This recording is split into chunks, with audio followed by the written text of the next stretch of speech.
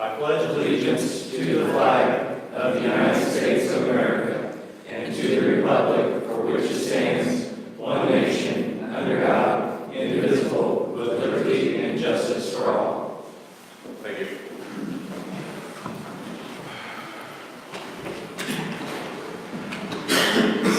Happy New Year and welcome to 2019. Scott, you want to sit in the front row so we can see you?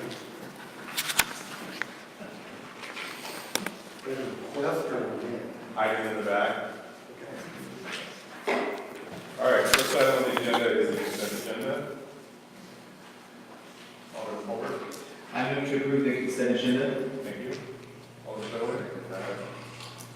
And Alderman Wilson is out today, so first thing on the consent agenda, Scott is here. I nominate Scott Pearson to the Economic Development Committee. Clerk, please call roll.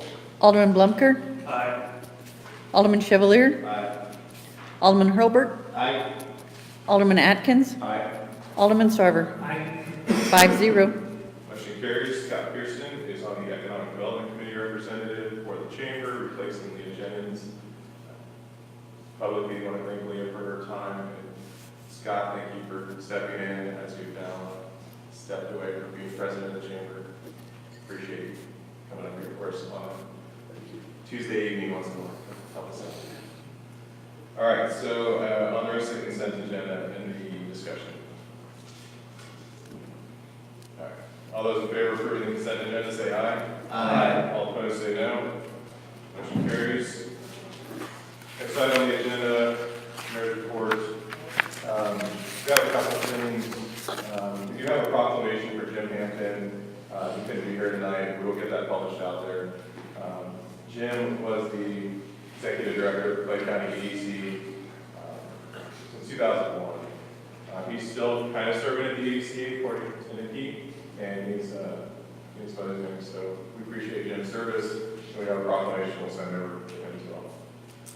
As far as meetings and activities I attended since our last meeting, which was a year ago, 12:20 meeting is in Sioux Extension.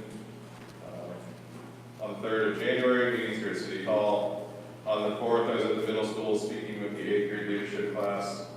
On the 8th, meetings at City Hall. On the 9th, the chamber lunch and meeting with our school board president. And then more meetings here at City Hall. And the 11th, I was at the middle school speaking at the 7th grade leadership class. Both of those classes plan to do some community service in the next few months as well as part of that class. It's good meeting. And I guess I can cover committee reports. So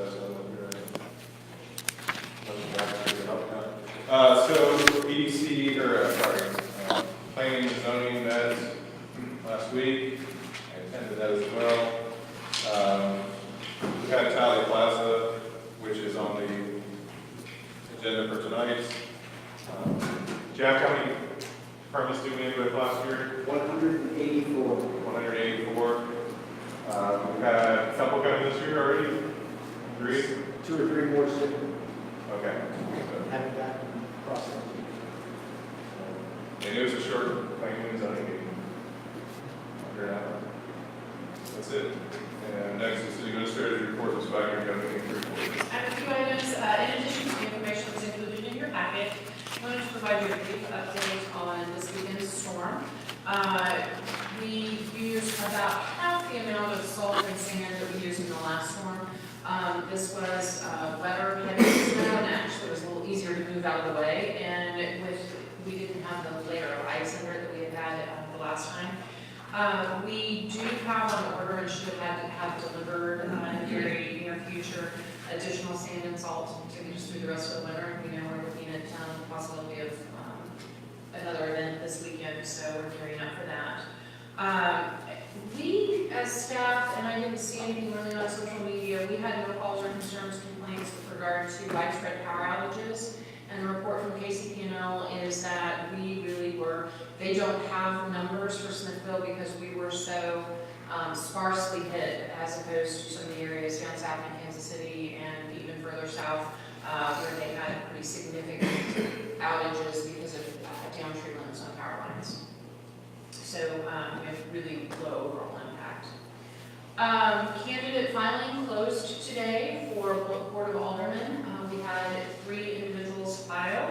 In Ward 1, Melissa Wilson. Ward 2, John Chevalier. And Ward 3, Jeff Blomberg. Quick update on construction projects. We had a meeting today on the streetscape project. They continue on track for completion in April of the project. We see some slowdown in construction over the coming weeks, in part due to the cold weather and snow on the ground having an impact on what's going on, but really, with the exception of the far west end of the project, where we will continue to see traffic impact as we have weather to be able to do that work, but the sidewalks and the asphalt on that end of the project, we will have an impact on the businesses and apartments in that area. The contractor and Jack are in communication with those residents and businesses on access and are working to minimize the impact on them. The remaining work that you'll see really will be finalization of the brick pavers, some work here on Main Street, predominantly north on Bridge, finalization of some railing, and then the installation of the light poles. At our meeting this morning, Jack can correct me if I get this incorrect, the light poles are set to be shipped this week. So we can anticipate those within the next couple of weeks, but there will be ongoing work in getting those installed and up. So that will be a major part of the project to complete. And then as we get closer into spring, we'll see final sodding and landscaping as the project nears its completion. Second Creek continues on schedule with a target of March 26th for the road opening. We fully anticipate that they're on schedule for that. 180th Street, as I had indicated before, we've completed construction there, the sidewalk project. We have been working, Jack, in communication with the engineers and the contractor. We'll probably be looking at final change order to the project, actually final savings on the project, as we have determined that probably the best way to look at grass in that area is to overseed and put that in as opposed to sod. We think we'll have a similar result as we would with sod, with about an $18,000, correct, Jack? Yes. Savings to that project. What I do indicate in streetscape project is we may have a cost overrun on the bid amount by anywhere between $5,000 and $10,000. We had a pretty significant discussion with the contractor and the engineers today. All of the numbers seem to be on track for the final quantities. We had some changes in quantities, particularly related to additional sidewalk work around the square or courtyard, and then some additional asphalt work at the mill and Main. And we anticipate, we don't know yet what things will look like for final cost for that last western portion, but if it holds out the way the rest of the project has, when we get in and find some of the underground work, there may be some additional costs there. But we don't anticipate it. I think the consensus around the table was it would be more than 10,000. So in reality, the savings of 180 will offset that. Just a reminder that we have a work session next week, and a lot of the information and discussion and direction we will be looking for from the board relates to the streetscape project and finalization of that, and regulations for the central business district. Everything from alcohol in that area to public space and use and signs and a lot of things in anticipation of that project completion. We will be notifying downtown business owners that will be a topic of discussion, so they can be here to hear that discussion and provide any input. And finally, on the 28th, we have our sewer rate public hearings. Just make sure we remember that. Those are, in addition to some other items on the work session, we've got a couple of pretty big work session agendas to start the work plan for 2019. And that concludes my report. Thank you. And thank you, Street Crew, for this video.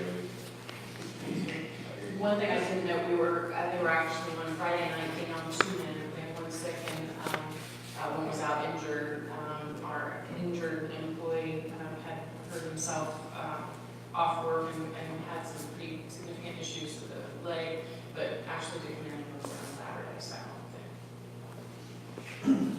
Okay, next item on the agenda is number 7, resolution 6. What was work on? The 22nd 22nd, and 28th, so the next 2 Tuesdays. Is it a Tuesday or Monday? Tuesday, Monday. Sorry, yes, thank you, sorry. Monday, it would be Monday, but City Council closed on Monday. Yes. Next Monday, the following, or excuse me, next Tuesday, the following Monday. EDC was canceled for this month.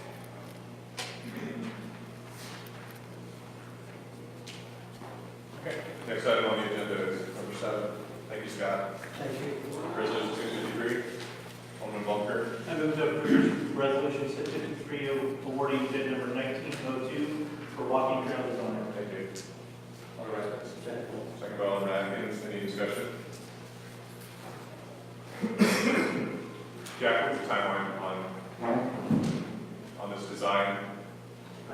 Once we get the contract back next Tuesday, part of it should have available for construction, probably, I think we were talking April, May for one part. The other part would be thereafter sometime.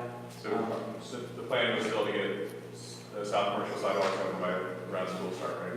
If as close to school opening as possible, and then that would delay the other one a little bit, but the trail to the lake can open in February or whenever it needs to. Perfect. Thank you. All right, any questions? All those in favor of approving resolution 653, say aye. Aye. All those opposed, say no. Motion carries. Next item is resolution 659, for 8 on the agenda. Alderman Atkins. I move to approve resolution 659, awarding bid for vehicle body worn camera equipment. Thank you. Alderman Sarver. Second. Second by Alderman Sarver. Any discussion or questions? All those in favor of approving resolution 659, say aye. Aye. All opposed, say no. Motion carries. Next item on the agenda is resolution 660. Go to Mark, start on. Alderman Bunker. I move to approve resolution 660, go to market for our 2019 GO bond issue. Awesome. Alderman Holbert. Second that. Any discussion? This is our final disbursement for our That is correct. validation from last year. That's correct. All right, all those in favor of approving resolution 660, say aye. Aye. All opposed, say no. Motion carries. Next item on the agenda is resolution 661, number 10. Alderman Holbert. I move to approve resolution 661, final plat, single phase subdivision for Tyler Plaza. Thank you, Alderman Schuyler. Second. Second by Alderman Schuyler. Any questions? The applicant is here. Do we have any questions on it?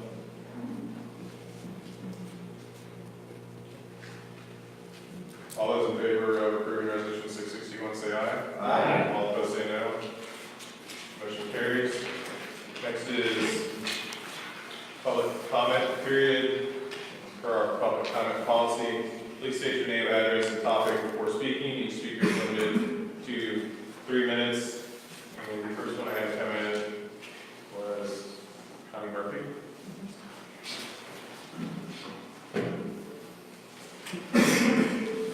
Connie Murphy, I live at 809 Second Street, Ridge Road. And I'm here tonight to represent myself and my 2 brothers, Paul Shepherd and Richard Shepherd. We own the farm that the sewer line is crossing.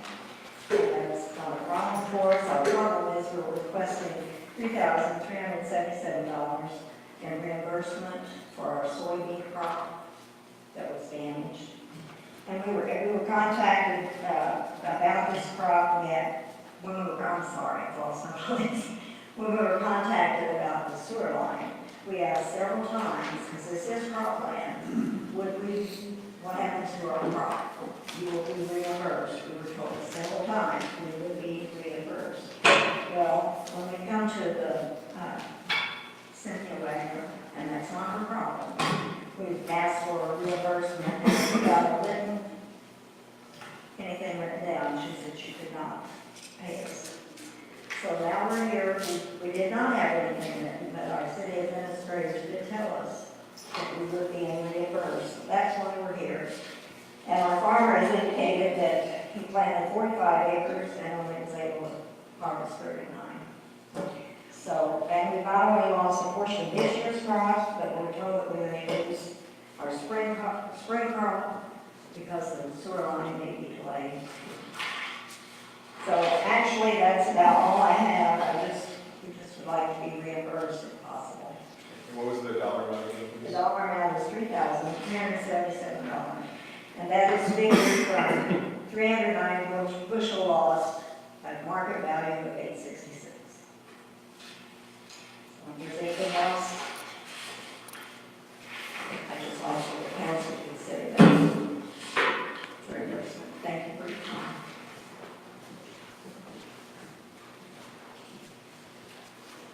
Next is Mr. Horrocks.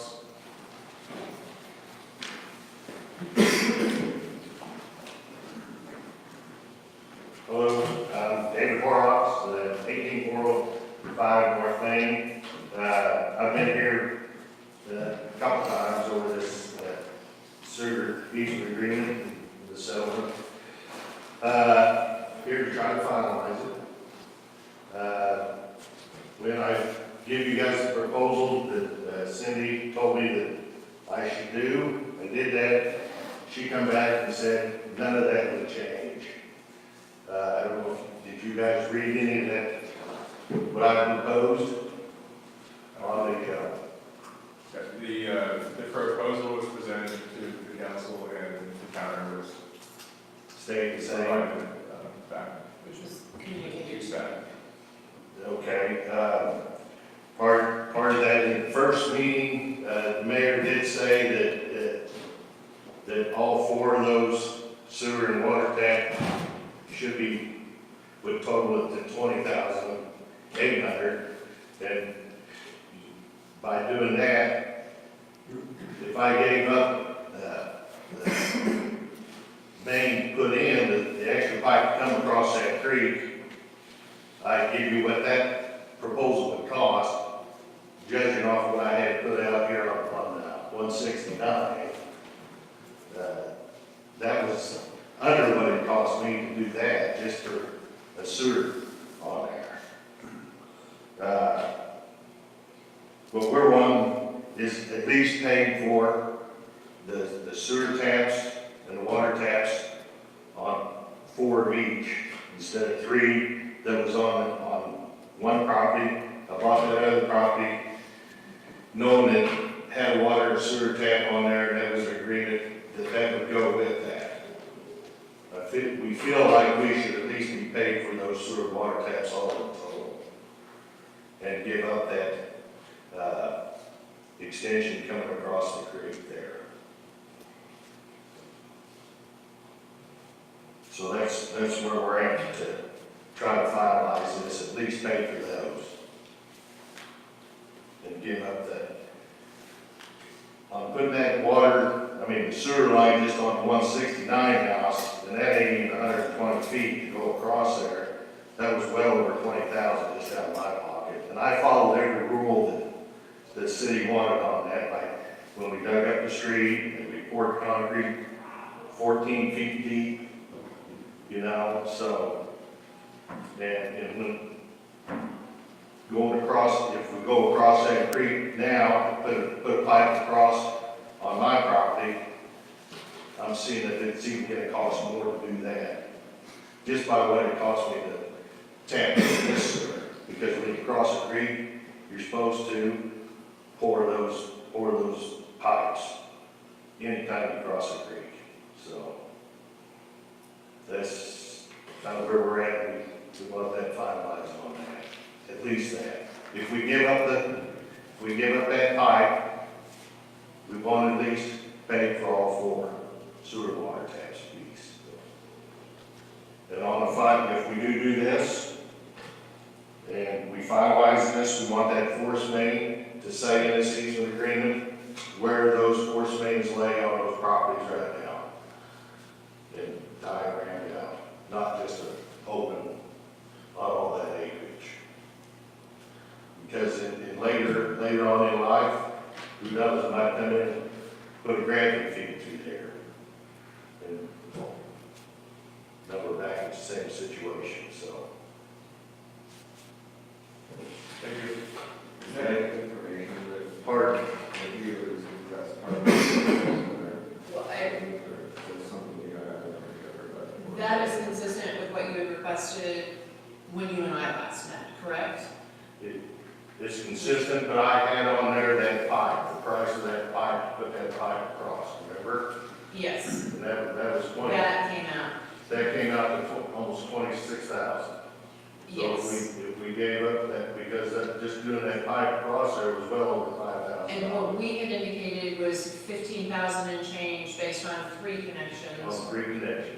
Correct, And- so that it's slightly different. But we The three had connections four, are we based on had 45. 4 connections is what we And got. one had already been No. utilized and, Now, one was utilized from Mitch, there was 2 on that piece of property. There was a water and sewer, 2 water and sewer taps on that piece of property. Mitch used one of them and split the property. And so that left 1 water and sewer tap on that property, and then there's 3 on the other acreage. and the 3 were what we had always discussed, or what had always been discussed as the board, and that's how we had developed the 15 and change. So the existing agreement, is Mr. Barnes is saying, the date you have is February 8th, 9th, calendar, so that, I had February 9th calendars, so that agreement would expire. So on that agreement, I'm saying if we gave up the power part, that would at least leave all 4 of those 4 waters and 4 sewer taps to be paid for. And then that would end us all the easement problem we had. If there's a calendar, I mean, we probably discuss that. Yeah, that's the thing, I think we need a formal counter offer to that agreement that was sent to you. We discussed it, we submitted our agreement through our attorneys and staff. So if you are going to reject that offer, that needs to be done through the proper channels. And then if we needed to have a meeting again on it, we will. Cindy gave a timeline on that. The agreement has a Council timeline. direction, which actually was 45 days, that's correct. Yeah, so that would be through, what I have on my calendar, 45 business days, when you and I discussed was February 8th. Okay. So I think what I'm hearing your board say is if you could respond to that then in writing. So we want another proposal. I mean, there's an offer on the table that's been submitted to our attorneys, that needs to either be accepted or rejected. One counter. So I'm waiting for a counter from you, or you The want a counter from agreement, me? the agreement from us is in your hands right now. Okay. So by when, by what date? The date on the agreement is, that agreement's good until February 8th. February. Okay. So I'll bring another one to Cindy. By February. Cynthia and our attorney will review it, and we'll meet. We've got a couple meetings in between now and then, so. Okay. All right. Next, Ed,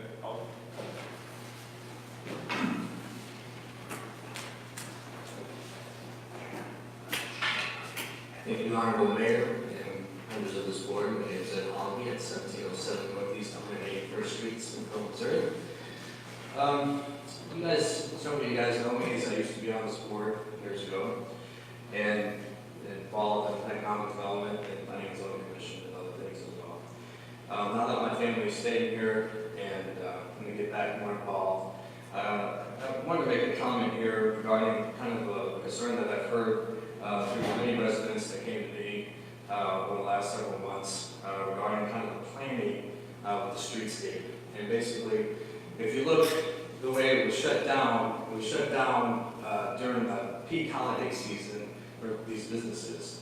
And I really felt sorry for these businesses. And over the last couple of weeks, it wasn't just until a few days ago, you had the shutdown on Second Creek blocking one direction, and you had the shutdown towards downtown blocking the other direction.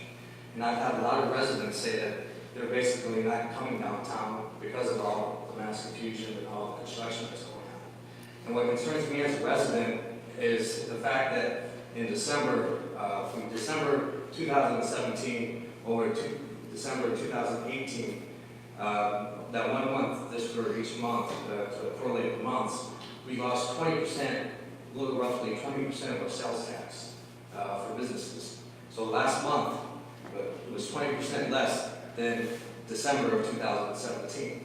And my concern is that we're not being cognitive of the planning. When we shut down part of the business district and a lot of customers are coming downtown and regarding the businesses elsewhere. So my concern is, for future, please be cognitive of the planning process to make sure that everything is going okay as far as with some of our businesses. Because I've heard several complaints, and personally, when I was taking visitors, family members, and also potential businesses coming downtown, I've seen both ends shut down. They kind of, they're like, hey, what's going on with construction? Why not plan one, so one side of the city has access versus, shutting down this other access as well at the same time. I just have a concern that for what I've observed and everything and what I'm hearing is that we have some concerns, and that's going to cause, to me, where we're going to start having maybe some potential budget issues for the future, and basically I just want you guys to be aware that this is a potential problem, and basically I feel that it was impacted, especially last month, based on sales tax dollars with the community, and basically I want you guys to be aware of the future planning on future projects. Thank you for your time. Appreciate it. Appreciate your time on the board. We had many public meetings with downtown businesses, and they actually kind of helped us pick the dates. And the contractors worked with them on all events to make sure we had access.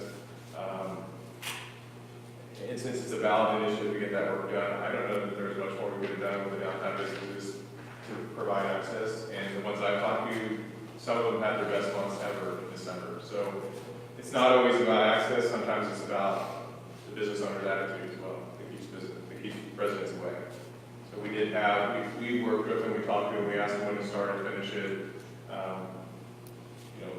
And we did run into some problems with utilities that were unmarked and things like that could have been prevented. But we definitely understand, we looked at the feedback online, and trust me, we had a lot of meetings. Alderman Chevalier met with the Heritage District just about weekly when we were getting started this project. So we definitely understand it, and we'll make sure we work on it as hard as possible. Thank you. Anything else? Any new business? All right. I'd like to know more about that crop loss issue, to see what that's all about. I provided information to you all after we met, and I can get additional information to the board. We did meet 2 weeks ago, was it?